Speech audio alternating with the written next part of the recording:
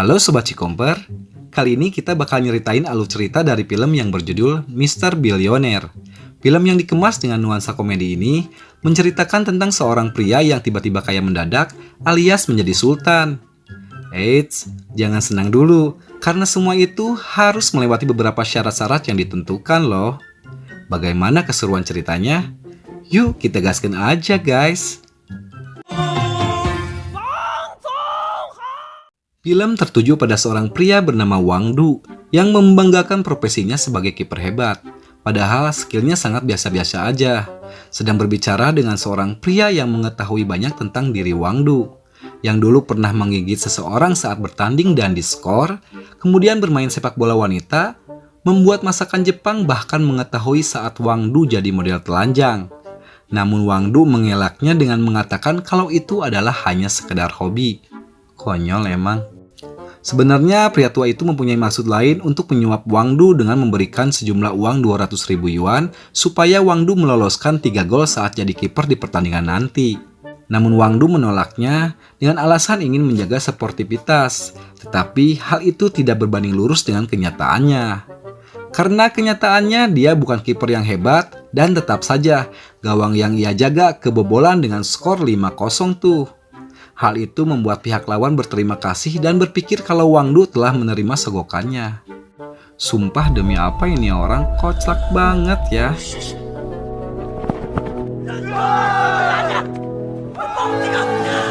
Oke, cerita berlanjut pada sahabat Wang Du yang datang menemuinya. Ia curiga karena sudah beberapa hari ini tidak mengangkat telepon dan tidak terlihat batang hidungnya.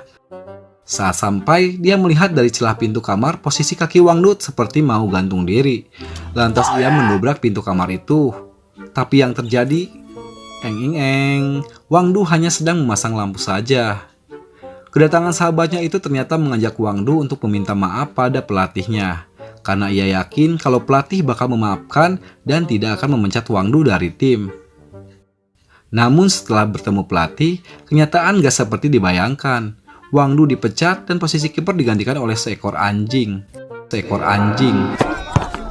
Mendengar ucapan pelatih, sahabat Wang Du marah dan mengancam jika Wang Du dipecat, dia pun akan berhenti. Tetapi pelatih malah tertawa bahagia dan menyetujuinya, serta merayakan kehilangan 2 orang yang tidak bisa main bola. Scene pun berlanjut pada Wang Du dan sahabatnya yang sedang naik mobil. Kali ini giliran sahabat Wang Du yang gundah gulana karena telah keluar dari tim sepak bola yang ia banggakan. Di tengah perjalanan, tepatnya di lampu merah, Wang Du mendadak menghentikan mobilnya. Tiba-tiba datang seorang pria asing yang pura-pura tertabrak mobil dan minta sejumlah uang. Karena kesal, Wang Du dan sahabatnya mengangkat orang itu dan menjeduk-jedukannya ke mobil. Sampai tiba-tiba datang seorang perempuan bernama Xiao Ju, merekam dan menghentikan aksi mereka berdua. Hal itu pun mengundang orang-orang berkumpul dan membela pria yang pura-pura tertabrak itu. Akhirnya Wang Du dan sahabatnya pun dipenjara. Namun tiba-tiba mereka dibebaskan karena ada seseorang yang menjamin mereka. Dan ternyata seseorang tersebut adalah orang yang sama yang berniat menyogok Wang Du waktu itu yang bernama Tuan Jin. Pria tua itu pun berkata kalau waktu itu dia hanya menguji Wang Du. Lalu pria tua itu mengajak Wang Du ke sebuah gedung asuransi yang pemiliknya sangat kaya. Setelah masuk, pria yang akrab disapa Tuan Jin itu menjelaskan kalau sebenarnya kakek Wang Du memiliki seseorang saudara, yaitu kakek keduanya. Dia seorang miliarder perusahaan asuransi ini yang telah meninggal bulan lalu. Dan kini Wang Du lah yang menjadi pewaris tunggal semua kekayaan di perusahaan itu. Wang Du lemas seakan tidak percaya dengan semua yang ia dengar itu. Namun walaupun Wang Du seorang pewaris tunggal, tidak segampang itu untuk mendapatkan harta dari kakek keduanya. Dari layar proyektor yang terlihat, ada rekaman dari kakeknya yang menjelaskan jika Wang Du harus melewati ujian untuk menghabiskan uang 1 miliar dalam 1 bulan dan beberapa persyaratan lainnya. Maka Wang Du akan mewarisi 30 miliar yuan milik kakeknya. Kalau dirupiahkan kira-kira berapa ya gengs? Kakeknya juga menawarkan pilihan kedua, bahwa Wang Du bisa menerima uang cuma-cuma senilai 10 juta yuan dan menganggap semua ini seolah tidak pernah terjadi. atau Wang Du menerima semua tantangan dan persyaratan untuk mendapatkan uang sejumlah 30 miliar yuan.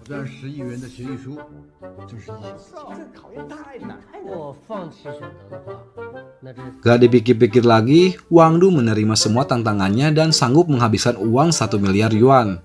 Dimulai dari sekarang sampai 30 hari yang ditentukan. Karena sudah setuju, Tuan Jin pun kemudian mendatangkan seorang akuntan untuk mendampingi Wang Du, dan ia bernama Xiao Yu, yang ternyata seorang wanita yang telah membuatnya di penjara. Karena hal itu, Wang Du marah dan menerjemahkan nama wanita itu menjadi babi tua. Kemudian Wang Du dan temannya dibawa ke sebuah ruangan yang penuh dengan uang, hingga mereka berdua pun kaget dan tubuhnya lunglai, kayak coklat kepanasan. Iya nggak sih? Lalu mereka pun membawa sejumlah uang tersebut ke sebuah bank. Namun kemudian mereka dihentikan sejumlah security bank tersebut dengan nada yang mengancam. Tetapi kemudian Wang Du malah menertawakan pekerjaan untuk menawarkan pekerjaan untuk mengawalnya dan merekrut seluruh pegawai di bank itu dengan gaji yang berjumlah besar.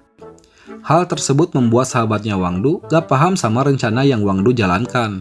Begitupun Wang Du yang gak bisa menjelaskan semuanya, karena dia telah menyepakati persyaratan bahwa tidak boleh ada yang tahu tentang kesepakatan yang Wang Du dan kakeknya sepakati. Kemudian Wang Du dan sahabatnya datang ke sebuah klub sepak bola yang pernah memecatnya. Di sana Wang Du mengaku sebagai miliarder yang membuat pelatih dan orang-orang menertawakannya.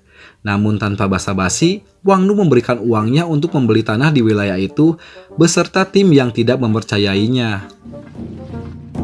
Wang Du yang tampak pamer pergi menuju rumah singgah dengan iring-iringan mobil mewah di jalanan, hingga tiba di sebuah hotel yang sangat megah. Lalu Wang Du mengajak seluruh timnya untuk masuk dan makan di hotel itu. Saat Wang Du akan menyewa seluruh hotel, manajer hotel menertawakan seakan tidak percaya. Namun setelah tahu kekayaan Wang Du dan tak tawar-menawar, akhirnya manajer hotel itu menerima Wang Du dan tim di hotel tersebut dengan sebulan penuh dan dengan biaya sejumlah 20 juta yuan. Lalu kemudian mereka pun memulai pestanya dan memesan seluruh hidangan yang mahal di sana. Terlihat juga sahabat Wang Du yang bernama Qiang Zhuang menerima ejekan dari beberapa pengawal karena hanya sebagai kaki tangan Wang Du saja. Dan pada saat itu pula, Wang Du tiba-tiba mengumumkan akan membuka perusahaan investasi dan memilih sahabatnya sebagai CEO di perusahaannya. Saking bangganya, sahabat Wang Du naik ke atas panggung dengan wajah yang tampak bego dan berlumuran sisa-sisa makanan. Ia pun berterima kasih pada Wang Du, lalu ia menggonggong layaknya seekor monyet. Keesokan harinya, Wang Du mencukur rambutnya dengan potongan rambut 1 miliar. Tak lama Xiao Yu datang melapor dan sedikit memberi nasihat pada Wang Du. Kalau kamu menghamburkan uang 1 miliar yang kamu miliki, maka akan habis hanya dalam waktu 6 bulan saja. Wang Du pun jadi kesal karena dia harus menghabiskan uangnya dalam waktu tepat 1 bulan. Kemudian pacarnya Xiao Yu datang untuk menjemput dan memperkenalkannya pada Wang Du kalau dia seorang moderator dengan tema jangan terlalu mendewakan uang. Lalu Wang Du memborong tiketnya dan memberikan sejumlah uang ceramah lainnya yang langsung diterima dan menjadi budaknya Wang Du serta direkrut menjadi tukang kebun dengan bayaran termahal. Singkat cerita, Wang Du mendanai semua proyek yang tidak berguna untuk menghabiskan uangnya dan terlihat uangnya begitu cepat berkurang. Semua orang pun bahagia dan mulai berpesta lagi. Scene selanjutnya, terlihat Wang Du sedang dirayu oleh seorang tukang pijat plus-plus. Wang Du pun menolaknya karena bisa membatalkan persyaratannya. Karena tidak tergoda, akhirnya Wang Du dipecut sama rambut tukang pijat itu. Kejadian itu pun terlihat oleh Xiao Yu. Lalu kemudian Wang Du mengajak jalan Xiao Yu ke taman. Di sana, ia disapa oleh seluruh tukang kebun dan pacarnya Xiao Yu. Melihat pacarnya yang menjadi budak uang, Xiao Yu pun berkata kalau dia merasa jijik dan sepenuhnya sudah putus. Lalu pergi meninggalkan pacarnya itu. Scene kembali pada adegan Wang Du yang berniat menghabiskan uang dengan menyewa lapangan golf untuk latihan bola bersama teman-temannya. Di sana, ia bertemu dengan tukang pijat yang menggodanya. Ternyata, perempuan itu adalah suruhan kedua orang yang ia temui untuk membuat kesepakatan kakeknya. Lanjut cerita, pada pagi harinya Wang Du kembali melakukan kegiatan yang tidak berguna untuk menghabiskan uangnya. Namun kemudian Wang Du mendapatkan berita yang sangat mengejutkan dari Xiaoju. Tentang investasi yang ia lakukan sebelumnya berhasil membuatnya banyak menghasilkan uang. Hal itulah yang membuat Wang Du menjadi mendadak seperti orang gila.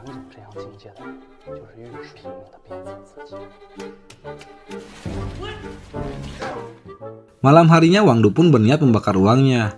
Namun saat akan membakarnya, ia dikagetkan oleh sosok kakeknya dan ternyata itu hanya mimpi.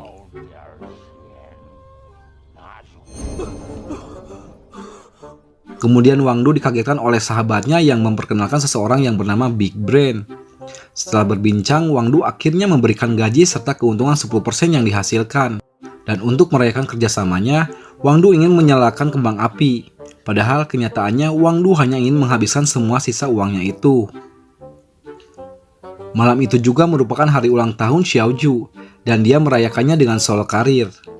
Kemudian mantan pacarnya datang ke rumahnya untuk meminta tolong untuk memberitahu Wang Du kalau dia mau menerbitkan sebuah buku. Xiaoju pun marah mendengarnya, yang langsung melemparkan kue ulang tahunnya ke benget si mantan. Kemudian Xiaoju pergi menemui Wang Du untuk melaporkan tentang anak buah Wang Du yang telah membelanjakan banyak uang. Tepat di waktu itu juga, Wang Du menyalakan seluruh kembang api di kota, dan Xiaoju menganggap kalau kembang api itu untuk merayakan ulang tahunnya. Lalu Wang Du memberikan selamat pada Xiaoju padahal ia nggak tahu sama sekali tanggal ulang tahun Xiaoju. Karena sebenarnya menyalakan kembang api untuk tujuan yang lain. Dan momen ini membuat Xiaoju jatuh cinta ke Wang Du. Setelah semua yang dilakukan oleh Wang Du, Xiaoju pun menjadi terkenal. Terlihat dari banyak poster dan papan reklame yang menggunakan fotonya. Hingga saat berjalan orang-orang memperhatikannya. Namun semua itu membuatnya sangat malu dan kesal pada Wang Du. Hingga Xiaoju harus bersembunyi di dalam toilet untuk menghindari orang-orang yang ingin minta tanda tangan dan berfoto dengannya. Setelah serasa aman, kemudian Xiaoju pun pergi numpak taksi. Terdengar juga radio di taksi yang mengucapkan selamat ultah untuk Xiaoju. Hingga membuat sopir taksi itu mengatakan kalau wanita itu seorang medusa yang merubah orang menjadi batu. Lalu Xiaoju berkata kalau sebenarnya orang tersebut adalah saya. Di tengah perjalanan, tepatnya di lampu merah, Xiaoju dihampiri pria aneh yang pernah ditertabrak oleh Wang Du. Dan ternyata benar, orang tersebut seorang penipu. Hal itu kemudian membuat Xiaoju ingin mengetahui semua tentang Wang Du dan ingin menonton konser bersama. Di sana hubungan keduanya semakin akrab dan bahagia, hingga hubungan keduanya menjadi berita di TV.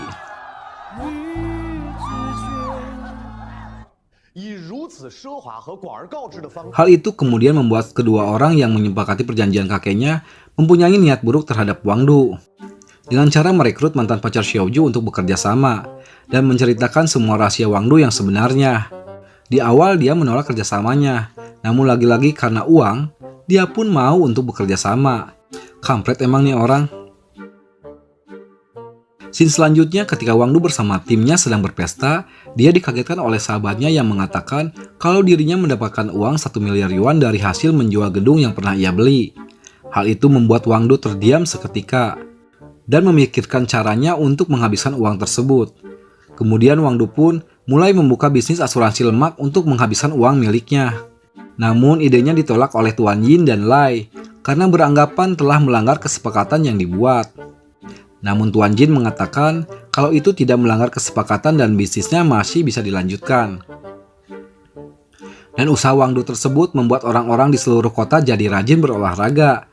Karena bagi setiap orang yang badannya turun, mereka akan mendapatkan bayaran dari Wang Du.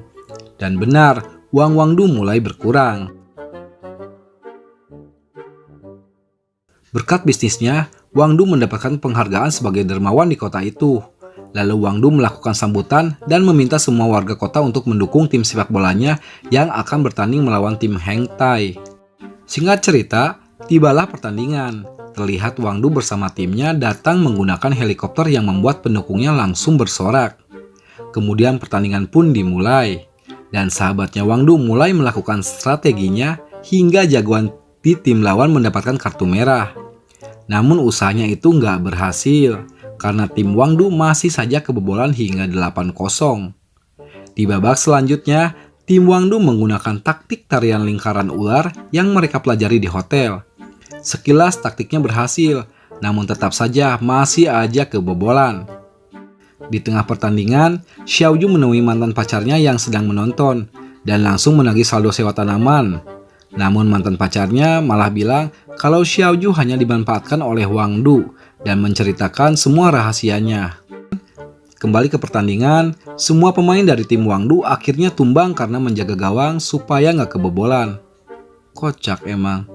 Kalau cara main bola kayak gini gimana jadinya ya? Skor pertandingan pun tetap bertahan di angka 9-0. Namun setelah pertandingan selesai, tim Wang Du malah mendapatkan piala dan pemilik tim Heng Tai sempat ingin memberikan uang sejumlah 100 juta yuan. Namun Wang Du langsung menolaknya mentah-mentah. Mereka pun lantas merayakan pesta kemenangannya. Tapi saat lagi asik-asiknya, Wang Du mendapatkan kabar kalau Xiaoju telah diculik. Karena curiga, Wang Du langsung mendatangi tempat Tuan Yi dan Lei yang juga langsung mengintegrasi keduanya dengan berbagai metode serta metode penyetruman yang menggunakan raket nyamuk.